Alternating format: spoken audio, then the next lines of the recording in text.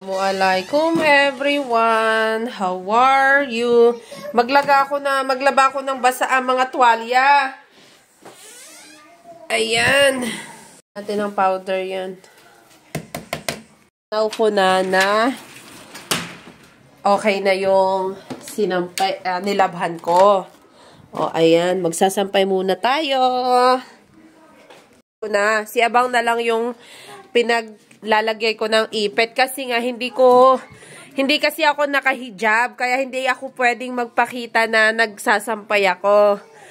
Kaya kasi hindi namin pwedeng ipakita yung mga buhok namin kasi ang buhok namin ay parang diamond na hindi namin pinapakita sa iba kundi sa asawa lang, sa anak ko at saka sa magulang ko, sa kapatid ko. Pero sa asawa ng